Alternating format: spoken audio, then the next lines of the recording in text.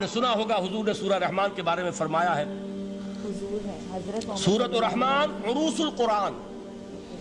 یہ سورہ رحمان جو ہے یہ قرآن کی دلہن ہے. جیسے دلہن کو آپ خوشنما لباس پہناتے ہیں، آراستہ پیراستہ اس کو گہنے اور اس کو زیور پہناتے ہیں، تو جس طریقے سے سجاتے ہیں آپ دلہن کو، اللہ تعالیٰ نے ایک سورت قرآن مجید میں یہ ایسی رکھی ہے سورہ رحمان کہ اسے خوب سجایا ہے. اس میں الفاظ کا در و بست، اس کا اپنا ایک ڈیوائن میوزک ہے. وہ تو اللہ تعالیٰ قراء جو ہے خاص طور پر مصر کے قراء، اللہ تعالیٰ ان پر رحمت نازل فرمائے، ان کی خطاؤں سے درگزر کرے. جس طرح قرآن کے انٹرنسک میوزک کو انہوں نے واضح کیا ہے. واقعہ یہ ہے کہ اگر یہ لوگ نہ ہوتے، شیخ عبد الباسط محمد عبد الصمد، شیخ محمود خلیل الحصری، یہ لوگ کہ جنہوں نے قرآن کے اس غنا میوزک، یہ لفظ جو ہے آپ حیران نہ ہو کہ میں یہ کوئی شاید توہین کر رہا ہوں قرآن کی، حضور نے یہ لفظ استعمال کیا ہے. تغنو، اس قرآن کو اچھی سے اچھی خوشلہانی کے ساتھ پڑھو. من لم یتغن بالقرآن فلیس منا، جو قرآن کو بہتر سے بہتر انداز میں، اچھی سے اچھی آواز میں خوشلہانی کے ساتھ پڑھنے کی کوشش نہیں کرتا، وہ ہم میں سے نہیں ہے. بلکہ ایک مرتبہ حضور رات کے وقت آپ گشت پر تھے اپنے ساتھیوں کے حالات معلوم کرنے کے لیے. حضرت ابو موسیٰ اشعری رضی اللہ تعالیٰ عنہ ایک صحابی ہیں، ان کے گھر کے پاس سے گزر ہوا. وہ رات کو تہجد پڑھ رہے تھے، کھڑے ہوئے کیف کے عالم میں قرآن تلاوت کر رہے ہیں. حضور کو بہت پسند آئی ان کی قرآت، کافی دیر تک وہاں کھڑے سنتے رہے. اب انہیں کیا پتا کون سن رہا ہے. بالکل اسی طرح سمجھ لیجئے ایک بات یاد آئی ہے. حضور فرماتے ہیں کہ جس طرح کان لگا کر اللہ قرآن کو سنتا ہے، کسی چیز کو نہیں سنتا. ہمیں نظر نہیں آتا نا، ہمیں معلوم نہیں. ہم قرآن پڑھ رہے ہیں تو سننے والا کون ہے؟ سب سے زیادہ کان لگا کر خود اللہ. یہاں اس لیے مجھے یاد آیا کہ ابو موسیٰ اشعری کو کیا پتا تھا کہ کون سن رہا ہے. وہ اپنی کیفیت میں نماز میں تہجد میں قرآن کی تلاوت کر رہے تھے. اور ظاہر بات ہے ان کے گھر ایکڑوں میں بنے ہوئے نہیں تھے، ایک ایک کمرہ، ایک ایک کوئی حجرہ، ایسے ہی تو گھر تھے نا صحابہ کے. لہذا حضور پاس سے گزرے، آواز آئی، کافی دیر سنتے رہے. اس کے بعد آپ تشریف لے گئے. صبح فجر میں ملاقات ہوئی تو حضور نے تحسین کے انداز میں فرمایا، یا ابا موسیٰ انک قد اوتیت مزمارا من مزامیر آل داؤد. اے ابو موسیٰ، تمہیں تو آل داؤد کے سازوں میں سے ایک ساز اللہ نے عطا فرما دیا ہے. جس طرح حضرت داؤد لہن داؤدی مشہور ہے کہ جب وہ پچھلے پہر رات کو حمد کے ترانے الاپتے تھے، قرآن میں ہے کہ پرندے شامل ہو جاتے تھے ساتھ، اور پہاڑ وجد میں آتے تھے، پہاڑ بھی ان کے ساتھ شریک ہوتے تھے. تو جس طرح کا اللہ نے ان کو لہن عطا فرمایا تھا، حضور نے تحسین کے انداز میں فرمایا ہے ابو موسیٰ اشعری، اللہ نے تمہیں بھی آل داؤد کے سازوں میں سے ایک ساز عطا فرمایا. بہرحال قرآن مجید کا جو یہ میوزک ہے، قرآن کے الفاظ کا جو حسن ہے، جہاں تک حسن معنوی ہے وہ تو ہر لفظ میں ہے، لیکن یہ حسن ظاہری، حسن صوتی، حسن لفظی، یہ اپنے کلائمیکس پر آپ کو نظر آئے گا سورہ رحمان میں. لیکن قرآن میں یہ سورت اس اعتبار سے بھی ممتاز ہے، اس کی 4 آیات پر ذرا توجہ کریں گے، عجیب حقائق سامنے آئیں گے. جہاں یہ قرآن مجید کے حسن صوت اور حسن لفظی کی معراج ہے، وہیں اس کی پہلی 4 آیات میں 4 چوٹی کی چیزوں کا ذکر ہے، سب سے اونچی چیزیں. پہلی آیت کیا ہے؟ الرحمن. ایک آیت ہو گئی. رحمان کیا ہے؟ اللہ کا نام ہے.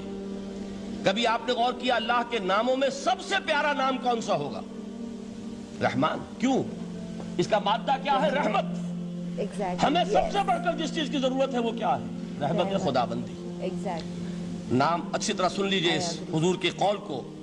حضور فرماتے کوئی شخص جنت میں مجرد اپنے عمل کی بنیاد پر داخل نہیں ہو سکے گا جب تک کہ رحمت خداوندی دستگیری نہ کرے. کسی صحابی نے بڑی ہمت اور جرأت کا ثبوت دیا کہ پوچھ لیا، کیا حضور آپ بھی؟ جب آپ نے فرمایا کوئی شخص داخل نہیں ہو سکتا جنت میں محض اپنے عمل کی بنیاد پر جب تک کہ رحمت خداوندی جو ہے وہ دستگیری نہ فرمائے. پوچھا گیا کیا آپ بھی؟ آپ نے فرمایا ہاں میں بھی. آپ انداز کیجئے کہ اگر محمد الرسول اللہ بھی رحمت خداوندی کے ضرورت مند ہوں تو تاب دیگراں چہ رسد، ہماری تو سب سے بڑی ضرورت رحمت خداوندی ہے. اب یہ رحمت جو ہے قرآن مجید میں اللہ تعالیٰ کی یہ شان 2 الفاظ کے ذریعے سے آتی ہے، رحیم اور رحمان. اور کوئی مادہ نہیں ہے جس سے 2 نام بنتے ہوں اللہ کے. لیکن یہ مادہ ہے واحد رحمت کا کہ جس سے رحمان بھی ہے رحیم بھی ہے۔ رحیم صفت مشبہ ہے، رحمت دائم ہو جائے گی، مستقل ہوگی تو رحیم کہیں گے، اور رحمان اس میں رحمت کی ہے وہ شان ہے کہ جیسے ٹھاٹھے مارتا ہوا سمندر ہو، ہیجان کی کیفیت، طوفانی کیفیت، رحمت خداوندی کا طوفانی جوش، وہ ہے رحمان۔ آپ تو رہتے اس علاقے میں ہیں، آپ کو معلوم ہے عرب اگر بھوکا مرا جا رہا ہو تو کیا کہے گا؟ انا جوعان۔ پیاسا مرا جا رہا ہو انا عطشان۔ بہت غضبناک ہوگا غضبان، غضبان آصفہ قرآن میں آیا ہے، بہت غضبناک۔ رحمان جس کی رحمت جو ہے جوش میں ہے، ٹھاٹھے مارتے ہوئے سمندر کے مانند۔ تو یہ اللہ تعالیٰ کے ناموں میں سب سے پیارا نام۔ اب آگے چلیے، الرحمن علم القرآن، رحمان نے قرآن سکھایا۔ رحمت خداوندی کا سب سے بڑا مظہر، رحمان کی رحمانیت کا سب سے بڑا مظہر قرآن ہے۔ ان میں جو منطقی ربط ہے اس کو سمجھتے جائیے۔ اچھا آپ یہ سوچئے، جو علم بھی انسان کو حاصل ہوا وہ کس نے دیا؟ اللہ نے۔ سائنس کا علم کس نے دیا؟ اللہ نے۔ علم آدم الاسماء کلہا، وہ علم الاسماء جو حضرت آدم کو دے دیا گیا تھا ازل میں، یہ اسی کا ظہور ہے، یہ اسی کی ایکسفولیشن ہے جو ہو رہی ہے اور ہوتی رہے گی ابھی۔ اور دوسرے علم ہے وہ کس نے دی؟ اللہ نے دی۔ لا یحیطون بشیء من علمہ الا بما شاء، مخلوق میں سے کوئی اللہ کے علم میں سے کسی شے کا احاطہ نہیں کر سکتا مگر وہ جتنا اللہ دینا چاہے۔ لیکن یہ کہ تمام علوم میں چوٹی کا علم قرآن۔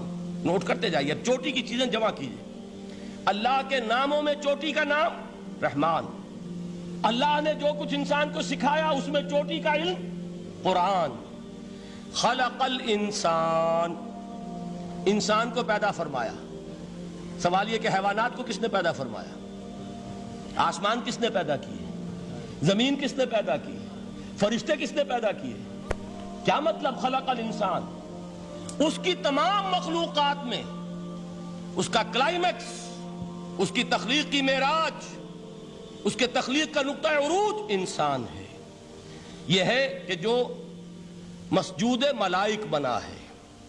وَلَقَدْ كَرَّمْنَا بَنِي آدَمَ وَحَمَلْنَاهُمْ فِي الْبَرِّ وَالْبَحْرِ وَرَزَقْنَاهُمْ مِنَ الطَّيِّبَاتِ وَفَضَّلْنَاهُمْ عَلَى كَثِيرٍ مِّمَّنْ خَلَقْنَا تَفْضِيلًا۔ تو تخلیق میں سب سے اونچی تخلیق انسان کی، علموں میں سب سے اونچا علم قرآن کا، اللہ کے ناموں میں سب سے اونچا نام رحمان۔